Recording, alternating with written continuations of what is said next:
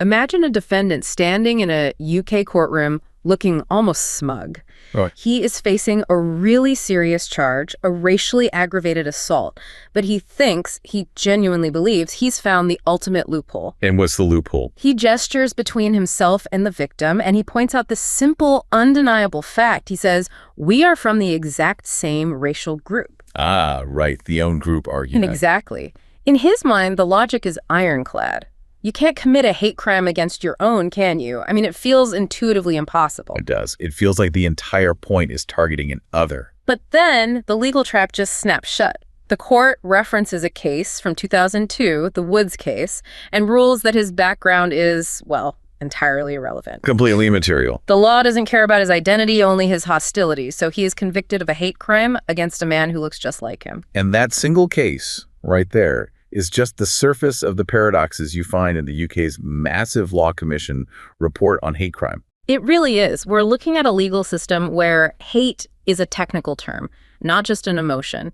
It's a landscape where attacking someone because of who their friends are is a hate crime. But only sometimes. Right. Only if those friends are a specific race, but not if they're disabled or gay. And it gets more complicated. You have this strange disconnect between the Equality Act and criminal law, or the fact that you can stir up racial hatred without intent, while for other groups, prosecutors need a much higher burden of proof. It's just a maze of inconsistencies, and to navigate it, you have to look past common sense and, well, read the fine print. That opening anecdote, the Woods case, really serves as a necessary warning sign for anyone trying to understand hate crime law in England and Wales. The intuitive understanding of hate or prejudice just doesn't match the technical legal definitions the criminal justice system uses. Not at all. And the system, as the Law Commission made so clear, isn't a single coherent framework. It's more like a stack of legislative patches that have been applied over 3 decades. The Jenga tower of laws, almost. That's a great way to put it. And so our mission today is a deep dive into this complex, fragmented legal framework. We're using the Law Commission's huge review as our map. Right. We're going to unpack the specific disparities in protection, looking at who's covered and how we'll analyze that legal tightrope between free speech and criminalized hate speech. And critically, we'll examine how the UK tries to police hostility when it starts far beyond its borders in the digital world. To start, we absolutely have to define the legal landscape. Most people assume hate crime law is one big act. It is anything but. No, it's spread across 3 distinct sets of provisions, right? Exactly. And that fragmentation is the root cause of basically every disparity we're going to talk about today. Okay, so let's unpack those 3 legislative pillars, because their different powers and scope create an immediate hierarchy of protection. Right. So the first pillar, and this is the most serious one, is what they call aggravated offenses. That's under the Crime and Disorder Act, 1998, or CDA, 1998 for short. This is the big one. It transforms a basic offense-like assault or, criminal damage into a totally distinct new offense just by attaching the hostility element. And what does that mean for the punishment? It means the maximum statutory penalty increases significantly. This is the top tier of protection. And who does it apply to? That's the key point. It is reserved strictly for hostility based on race and religion. Just those 2. So racially aggravated assault is fundamentally treated by the law as a different, more serious category of crime than a regular assault. Precisely. Now, the second pillar is enhanced sentencing. This is governed by the Sentencing Code. And this one applies more broadly. Much more broadly. This covers hostility based on race, religion, sexual orientation, disability, and transgender identity. So all 5 of the main protected characteristics. Yes, but here's the crucial difference. These provisions, they do not create a new crime, and they do not increase the maximum possible prison time for the base offense. So what's their power then? Their power is different. They legally require the courts to treat the hostility as an aggravating factor during sentencing. So the actual sentence the person gets will be higher, but it has to stay within the existing maximum for that crime. Wow. Okay. That structural difference is huge. It means hostility towards someone who is disabled or gay or trans is legally recognized. It is. But it doesn't open the door to those higher maximum penalties that are available for race and religion under the CDA. It's an explicit tiering of seriousness built right into the law. It is. And that hierarchy continues with the third pillar, stirring up hatred. This is under the Public Order Act, 1986. And these are the laws about disseminating hateful material. Exactly. The hate speech laws. Currently, these offenses apply only to race, religion, and sexual orientation. Then who's missing? Disability and transgender identity are completely absent from this section. It just reinforces that tiered approach we've been talking about. Yeah. So, just to recap for you listening, we have race and religion at the highest level of protection. Then sexual orientation gets protection for enhanced sentencing and for stirring up hatred. And then disability and transgender identity only appear at that enhanced sentencing level. The complexity alone seems like a prosecutor's nightmare. It creates so much unnecessary legal friction. Definitely. But now, let's go back to that Woods case to understand how the system actually proves this hostility in a courtroom. It all relies on something called the Two-Limb Hostility Test. Right. This is for the aggravated offenses and the enhanced sentencing. So let's break down the proof that's required. What does a prosecutor actually have to show? They only need to prove one of two things, and it has to be beyond a reasonable doubt. So limb 1 is motivation. Was the offense motivated wholly or even just partly by hostility towards a protected group? Okay, so that's about what was in the offender's head. It is. But if you can't prove that, you have limb 2, which is demonstration. Did the offender demonstrate hostility towards the victim based on their actual or presumed membership in a protected group? And this could be at the time of the offense or immediately before or after. So the demonstration limb is what takes the subjective element out of it. The court isn't trying to prove the offender is a bigot deep down. Exactly. It's just proving they displayed some outward objective hostility during the act itself. That's the key legal philosophy. If a racial slur is shouted during an act of vandalism, that's the demonstration. The court doesn't need to dig into whether the offender also had, say, a financial motive or a personal grudge against the victim. The hostility is proven by the language they used or the conduct itself. Which brings us right back to that own group paradox from the Woods case. If the legal trigger is hostility toward a group, how on earth does the law justify convicting someone of a hate crime against a person who shares their own racial background? I mean, isn't the whole point of a hate crime to target animus against another? That's the common sense interpretation. But the law, as we're seeing, functions very differently. The trigger is not the difference between the offender and the victim. What is it then? The trigger is the demonstration of hostility toward the protected group itself. In the Woods case, the defendant demonstrated that hostility by using racist language against the victim, a person of the same race. By doing that, in the eyes of the law, they demonstrated hostility toward the entire racial group. Can you help me understand the legal philosophy behind that? If the offender's identity is irrelevant, how is the court distinguishing between a purely personal, vicious fight and a technically racist act? Well, the court is focused on the harm to the community and the public interest. The Law Commission's analysis confirms that the law specifically says it's immaterial whether the offender's hostility is also based on any other factor. So even if it was 99% a personal dispute? If that 1% involved demonstrating racial hostility, that's enough. An offender using a racist term against someone of their own race still reinforces and validates racism within that community. The hostility is directed at the collective identity, even if it's delivered to just one person who happens to share the offender's background. It targets the prejudice inherent in the act, not the identity gap between the people involved. That is a profound technical distinction. It really requires you to set aside your initial gut reaction about what hate even means. It absolutely requires that precision.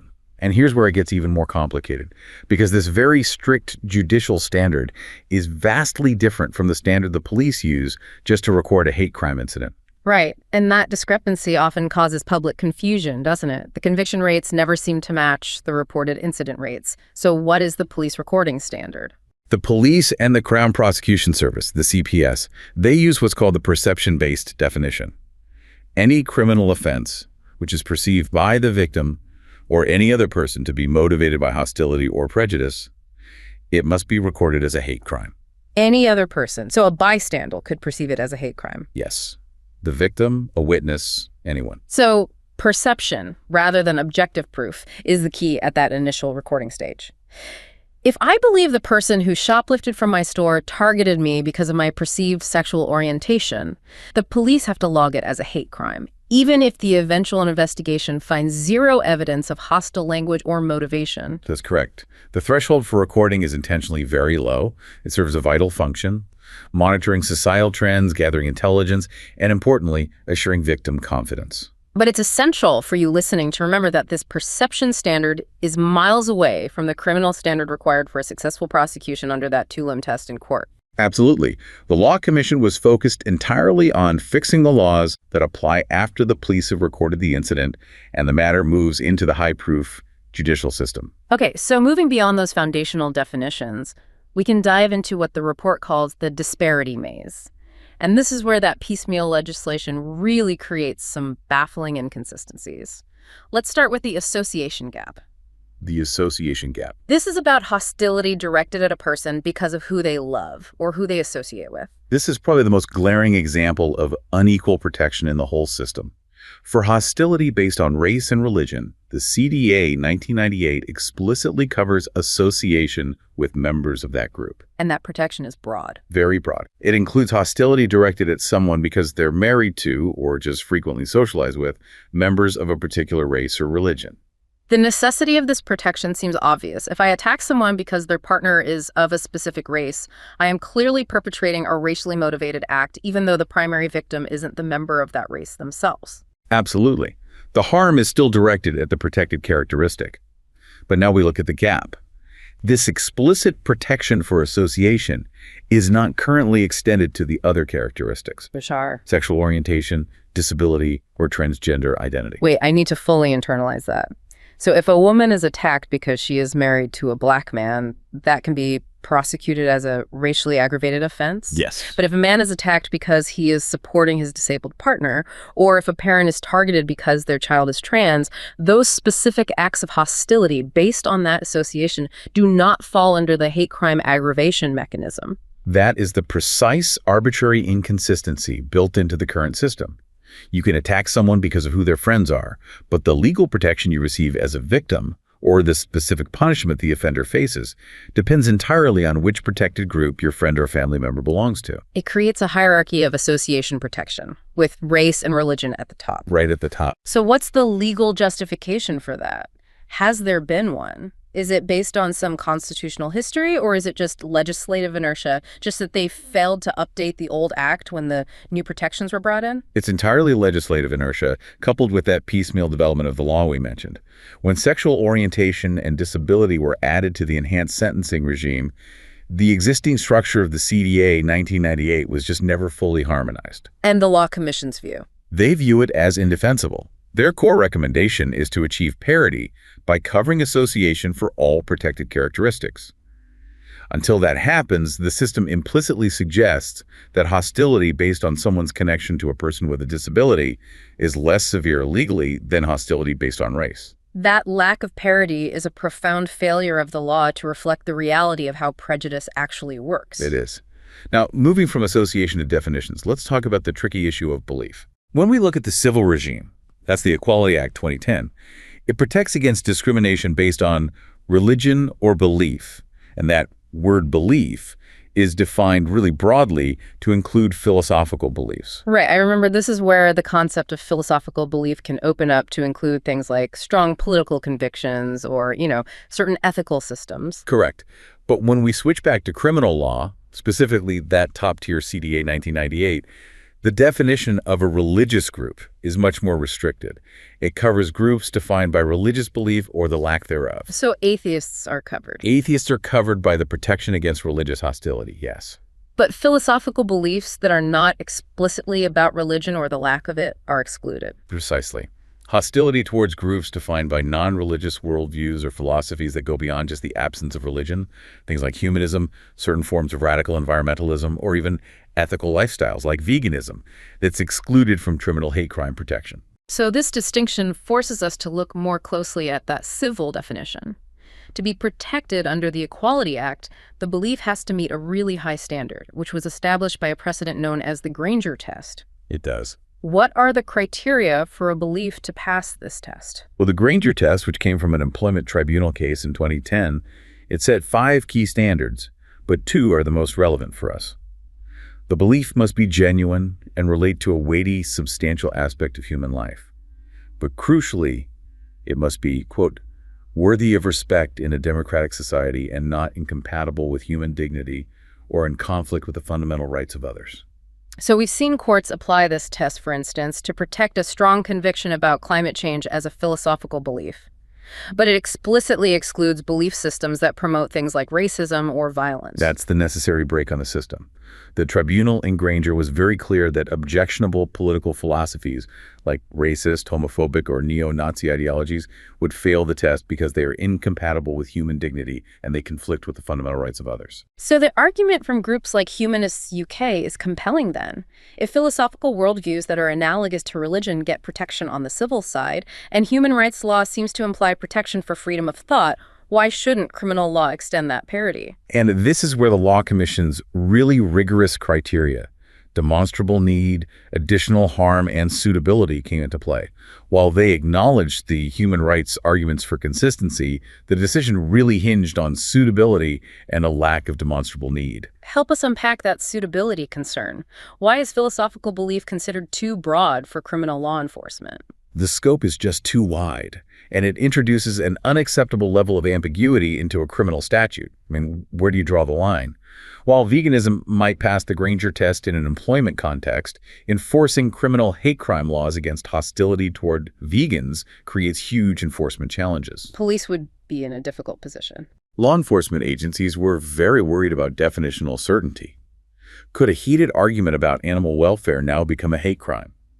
Consultees expressed real fears that this expansion could be easily weaponized, leading to a chilling effect on legitimate, robust public debate that touches on philosophical or political issues. And the absence of tangible data was fatal to the proposal, wasn't it? It was decisive. The Law Commission noted an overall absence of tangible data, establishing frequent, severe criminal targeting of individuals based purely on philosophical beliefs, unlike the established data for race, religion, sexual orientation, or disability. So without that evidence? Without that evidence, extending criminal protection to such a broad, difficult-to-define category was deemed unacceptable. The risk of blurring the lines between criminal hostility and just passionate political disagreement was too high. Before we leave definitions, the proposal to include asexuality within the definition of sexual orientation seems like a small but significant tweak. How is that justified, especially if it meant diverging a bit from the strict Equality Act definition? This was a case where the arguments for fairness really outweighed the desire for perfect consistency with the civil regime. The Law Commission recognized that those who lack sexual attraction, asexual individuals, are frequently targeted by hostility, ridicule, and abuse that is fundamentally rooted in the concept of sexual orientation. And the parallel to atheism, the lack of religious belief being protected, that must have been persuasive. Exactly. It was seen as a matter of parity within the existing category. If the lack of religious beliefs warrants protection, then it follows that the lack of sexual orientation should also be covered. They characterize this not as creating a whole new protected characteristic, but more as a definitional adjustment of an existing one, making it both clearer and fairer in the criminal context. This shows the Law Commission isn't afraid to diverge from the Equality Act when the needs of the criminal justice system and fairness to a victimized group demand it, as long as that divergence is narrow and specific. Absolutely. The focus is on criminal harm, not just on having a consistent definition across all statutes. And this transitions us perfectly into Section 3, the debate over expansion. The most contentious proposal by far was adding sex gender, which was largely driven by the concept of addressing misogyny as a hate crime. This is a textbook example of a policy initiative that meets the first two criteria, demonstrable need and additional harm with overwhelming evidence, only to fail spectacularly on the third, suitability. So let's lay out the evidence first. What did the Law Commission find regarding the prevalence and harm associated with hostility toward women and girls, or VAWG? The evidence was incredibly robust. Stakeholders provided extensive data highlighting the high prevalence of online abuse, persistent sexual harassment, and the systematic nature of violence against women and girls. Hatred towards women is demonstrably widespread and harmful, and it creates a hostile environment that encourages and rationalizes acts of violence. So the need is undeniable. Undeniable. The need for some kind of legal intervention to address this cultural climate of misogyny is crystal clear. So, if the need is that clear and the harm is that severe, why did the legal community argue so vehemently against suitability? What is the fundamental flaw in applying the hate crime framework to VAWG? The core objection is that the existing hate crime framework is designed to tackle acts of hostility or prejudice against identity groups. Critics argue that VAWG offenses are structurally different. They're rooted in power, control, and patriarchal social norms, not just hate in that conventional sense. So they're saying the framework is too reductive. Exactly. That it's unable to capture the systemic, structural issues that drive things like domestic abuse, sexual violence, and coercion. It's an argument saying you can't prosecute a societal structure using a law that's designed for individual animus. That's a perfect summary. The fear is that shoehorning misogyny into the hostility test actually diminishes the severity of the structural issues by labeling them merely as hate.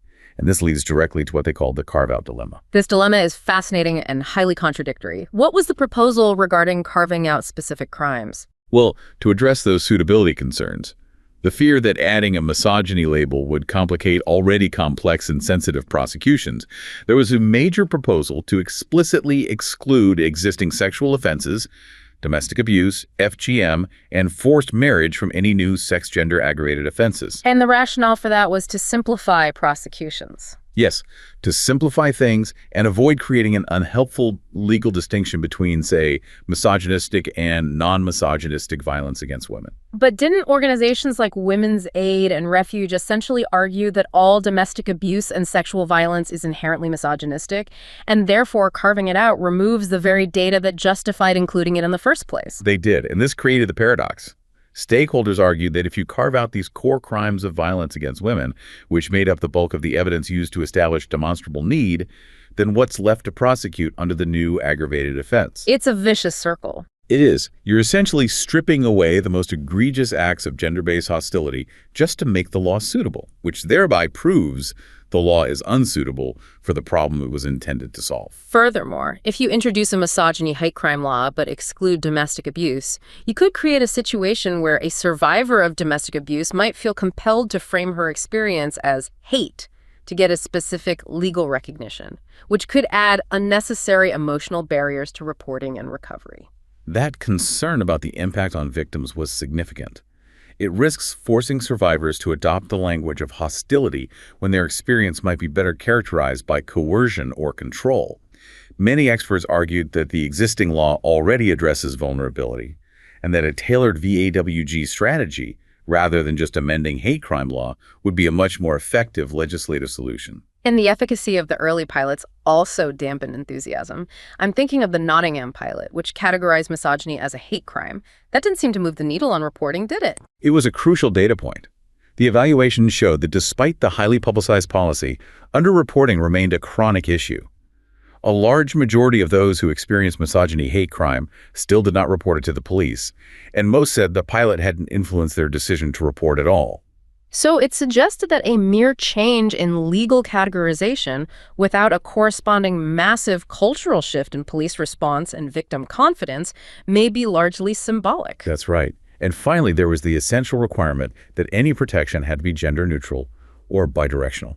This was non-negotiable for public and legal acceptance. Completely. While the evidence of demonstrable need related overwhelmingly to women and girls, the statute itself must protect the characteristic of sex or gender. Generally, any law that was explicitly asymmetric, only covering women, would fail to meet fundamental requirements of equal treatment before the law. And it would neglect male victims of gender-based hostility, for example, those targeted for abuse because of perceived gender nonconformity. So, the Law Commission concluded that while the problem of misogynistic violence is severe, the hate crime framework, with its focus on hostility and demonstration, is simply the wrong tool for dealing with issues of structural power and control that are inherent in VAWG. That is the ultimate conclusion. Now, we can apply that same rigorous three-part test, need, harm, and suitability to a couple of other characteristics that were proposed for inclusion. Let's start with older people. We know crimes against them, financial abuse, doorstep crime, are prevalent. Why did age fail the test? Age fails primarily on the distinction between hostility and vulnerability. Crimes targeting older people are often highly opportunistic. They're rooted in exploiting a perceived vulnerability, not a visceral hatred of old age itself. Right. So a financial scammer targets an elderly person because they are perceived as more trusting or less technologically savvy, not because the scammer harbors a specific hatred for that demographic. Exactly. And the law already allows courts to treat the targeting of a vulnerable victim as an aggravating factor during sentencing. Correct. It does.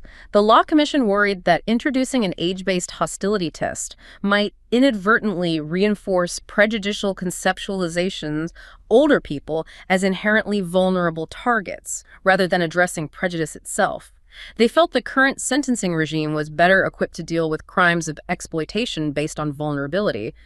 What about homeless people? The statistics on violence against them are heartbreakingly high.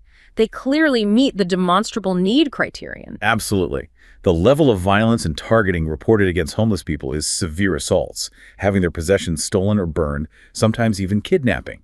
The hostility is undeniable. However, here the proposal failed on suitability. And this came back to the core concept of what a protected characteristic should be. It did. Specifically, the distinction between a situational characteristic and an intrinsic identity trait. And homeless is seen as situational. Precisely. Homelessness is recognized as a situational characteristic, a temporary or circumstantial state, unlike race, sexual orientation, or disability, which are generally seen as intrinsic aspects of personal identity. The existing hate crime framework is predicated on protecting groups based on these intrinsic identity traits. So expanding it to include situational characteristics risked opening the door to protecting other temporary or circumstantial groups, which would dilute the focus on identity-based prejudice. That's the argument, that the victim should be protected based on who they are, not their current circumstances, however desperate those circumstances may be.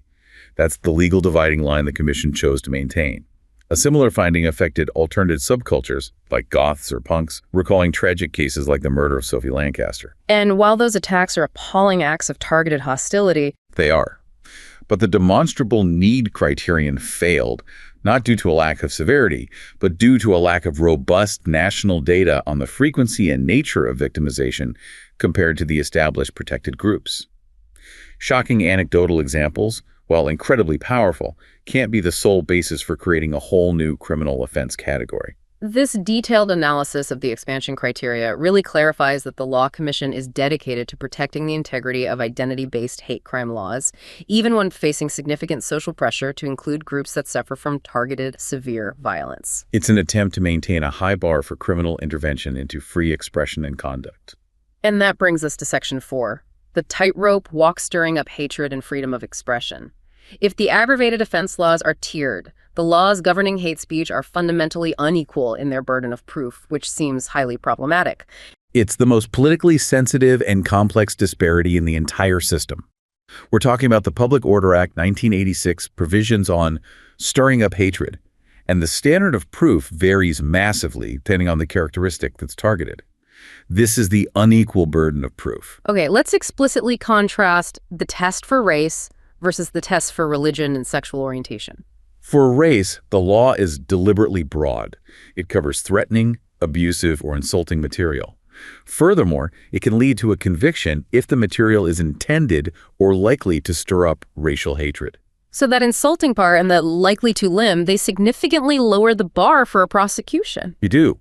Someone could be convicted even if they didn't intend to cause racial hatred, as long as a court deems their insulting material likely to do so. Now compare that to religion and sexual orientation. The test here is much narrower and much harder for prosecutors to meet. It only covers material that is explicitly threatening, and the prosecution must prove the material was intended to stir up hatred. That's a huge disparity. So the religious or LGBTQ plus community gets protection only against threatening material where intent is proven, while racial groups are protected against insulting material where only the likelihood needs to be established. This sustains what the report calls an unhelpful division. Historically, this distinction arose because many ethno-religious groups, like Jews and Sikhs, were legally defined as racial groups, and so they benefited from the broader protections that were established earlier. And the other groups were added later with a weaker test. Yes, with a narrower, more free speech conscious formulation. The Law Commission's major concern is that the insulting limb in the racial test is an unnecessary restriction on free speech and creates an unfair imbalance between the protected groups. So the goal is harmonization. What does the recommended single unified test look like? And how does it balance raising the protection for religious and LGBTQ plus groups while still safeguarding expression? The recommendation is for a single test for all protected characteristics, and that includes the proposed additions of disability, transgender identity, and sex gender. The single test would cover threatening or abusive words or behavior, intended or likely to stir up hatred, And crucially, they dropped insulting from the test entirely, didn't they? Yes, that was the compromise for free speech. The inclusion of insulting has historically been very contentious. Parliament had previously removed insults from a general public order offense because of concerns about criminalizing minor offenses or robust satire. So by settling on threatening or abusive conduct, that is also likely to stir up hatred. The Law Commission believes they create a test that is robust enough to protect vulnerable communities, but precise enough to avoid criminalizing unpopular opinions or legitimate criticism. But the moment you regulate speech, you are walking a tightrope. The Law Commission must have had to address the risk of a chilling effect on legitimate public debate. What specific freedom of expression safeguards did they emphasize must be retained and expanded. They absolutely insisted on retaining and clarifying what are called avoidance of doubt clauses. The existing clauses explicitly protect the right to discuss, criticize, or express antipathy, dislike, ridicule, insult, or abuse of particular religions or belief systems. Right. And similarly, criticism of sexual conduct or practices is protected. It's the classic line, isn't it? Yeah. You can criticize the idea or the institution, but you cannot incite hatred against the people. Exactly. And this safeguard is paramount, especially in the context of highly sensitive political debates, like those concerning gender identity. The courts, specifically in the Forstater case, have recognized gender-critical views, the belief that sex is binary and immutable, as a protected philosophical belief under the Equality Act. So if expressing a gender-critical view is a protected belief, then the stirring up offenses can't unintentionally criminalize non-hateful contributions to political debates about, for example, the Gender Recognition Act, or the use of single-sex facilities. The Commission was highly sensitive to this.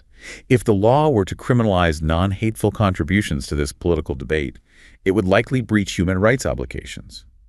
The focus has to remain rigorously on incitement to hatred, which involves promoting violence or severe ridicule against transgender people as an identity group, not just expressing a viewpoint on the definitions of sex and gender. They also proposed exemptions for people involved in reporting the news. How does journalistic immunity fit into protecting freedom of the press? It's vital. The proposed exemptions for journalistic content, parliamentary proceedings, and judicial proceedings are intended to safeguard the press's ability to contribute to public interest debate. How so? Imagine a journalist interviewing an extremist. If they merely report the hateful statements made by that extremist, they shouldn't face prosecution for stirring up hatred. This prevents the punishment of a journalist for just assisting in the dissemination of statements made by others in an interview. But I imagine there's a risk that extremist groups might try to exploit this by framing their material as reporting. That risk is very real. The Commission acknowledged that extremists might try to cloak inflammatory statements under the guise of reporting or journalism. The key is ensuring the exemption is tightly drawn. It has to be genuinely for the purposes of informing the public interest and adhere to recognized standards of journalism, rather than being a cynical attempt to just disseminate hatred. Finally, what about private speech? Do these strict rules apply to a heated argument inside someone's living room? That brings us to the outdated and problematic dwelling exception in the existing Public Order Act. Currently, conduct that takes place inside a private house is generally exempt from the stirring up offenses. Which the Law Commission sees as arbitrary and poorly targeted. It is. It's too broad and too narrow at the same time. It exempts a public meeting held in a private house, which should arguably be covered, but it fails to exempt a genuinely private conversation held in a public setting, like a car. And it also neglects the reality that for some victims, their dwelling is precisely where abuse from family or friends occurs, and that abuse needs to be prosecutable. Exactly. So the recommendation is to repeal the dwelling defense entirely and replace it with a focused private conversation defense. And this is modeled on Canadian law. That's right. The model draws inspiration from Canadian law regarding the offense of willful promotion of hatred. This model focuses on the originator's reasonable expectation of privacy. How does that standard work in practice for 21st century communication? It asks, did the person who initiated the communication have a reasonable expectation that it would not be intercepted by anyone other than the intended recipient? And this standard is future-proof. Completely. It applies equally to a face-to-face chat, a sealed private letter, or a secured end-to-end encrypted message between two people.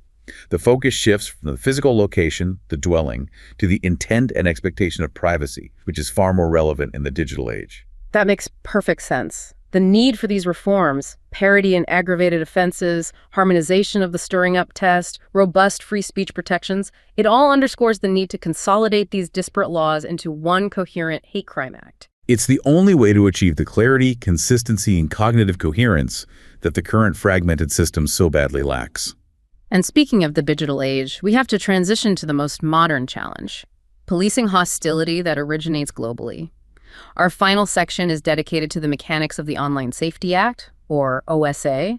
How does the UK claim jurisdiction over platforms based outside its borders to combat digital hate? The OSA is the key legislative tool here. It imposes statutory duties of care on service providers, social media platforms, search engines, hosting services that host user-generated content provided they have links with the United Kingdom. And that's the phrase that projects UK law extraterritorially. It is. So how are these UK links legally defined to pull a foreign entity into scope? There are three main criteria. First, if the service has a significant number of users in the UK. Second, if the UK is a target market for the service. And third, if the service can be used in the UK and there are reasonable grounds to believe that there is a material risk of significant harm to individuals in the UK. That third link, the material risk of significant harm to the domestic population, that seems the most expansive. It ensures that even niche platforms have to comply if their content could endanger people here. It casts a very wide net, making the physical location of the company irrelevant if the impact of their content is felt within England and Wales. And once a platform is in scope, the duties related to illegal content, which includes material that stirs up hatred, are non-negotiable. So what exactly are the platform obligations regarding illegal content like inflammatory hate material? The platforms are required to conduct detailed illegal content risk assessments and then implement proportionate systems and processes to protect users. And proportionate is the key word there. A massive global platform like TikTok or X will have significantly higher requirements than a small local forum. Precisely. And this mandate includes the use of proactive technology. The OSA explicitly defines proactive technology as encompassing content moderation, user profiling, and behavior identification. This means platforms are legally compelled to employ advanced AI and machine learning to automatically analyze user-generated content for illegal material, like hate speech, often before it's even reported by a user or flagged by a victim. So the UK isn't just asking them to react to reports. They are demanding these global platforms proactively search for and remove illegal content that could affect UK citizens. They are requiring them to operationalize their duty of care. The scale of the technology involved is immense, and the resources they dedicate must reflect the provider's size and the known risks on their platform. If a platform is known for hosting a high volume of illegal hate material, its systems must be more sophisticated and resource-intensive than a platform with minimal risk. Now let's talk about the teeth of this regulation. Compliance is only guaranteed if the penalty for non-compliance is severe. Who's the regulator, and what are the financial consequences? Ofcom is the regulator, and its financial enforcement powers are designed to ensure compliance by global tech giants. If a platform fails to meet its safety duties, Ofcom can impose maximum penalties set at the greater of 18 million or 10% of the provider's qualifying worldwide revenue. 10% of global revenue. That's an astronomical figure for companies whose revenues run into the tens or hundreds of billions. It creates a powerful, undeniable financial incentive. This penalty structure ensures that a UK domestic law regarding illegal content, including material stirring up hatred, has a profound global impact. It forces global platforms to prioritize compliance with UK standards because the cost of failure is just too high to absorb. This financial lever is what gives the OSA its unprecedented reach into the digital domain. So if we synthesize everything we've covered, the tiered structure of legal acts, the lack of parity and protection for association, that difficult line drawn around philosophical beliefs, the rejection of the misogyny framework because of suitability issues, and that wildly unequal burden of proof for hate speech, the UK hate crime system is undeniably a product of fragmented, piecemeal development. That fragmented structure means that protection is highly contingent. It depends entirely on the characteristic targeted, so race versus disability. It depends on the relationship to the victim, so identity versus association. And it depends on the specific legal test being applied, so intent versus likelihood or motivation versus demonstration. The primary takeaway from the Law Commission review is the clear, urgent need to move past these inconsistencies toward a consolidated and harmonized legal structure, a single hate crime act that grants parity of aggravation and uses consistent, modernized legal tests for all protected characteristics. This profound effort reflects the law's attempt to move beyond subjective emotional perceptions of hate toward a technical, robust system capable of addressing systemic and modern forms of hostility. It's an acknowledgement that legislating identity and intention in a free society while protecting expression requires meticulous legal definition, whether that hostility occurs on the street or is disseminated globally through the digital architecture regulated by the new Online Safety Act. The complexity we've explored today is a testament to the challenge of updating a legal system built over decades to deal with the speed and scope of modern prejudice. It is a system still attempting to catch up with the world it's meant to regulate. And that gap between intent and reality is precisely what the Law Commission report is attempting to close. That brings this deep dive to a close.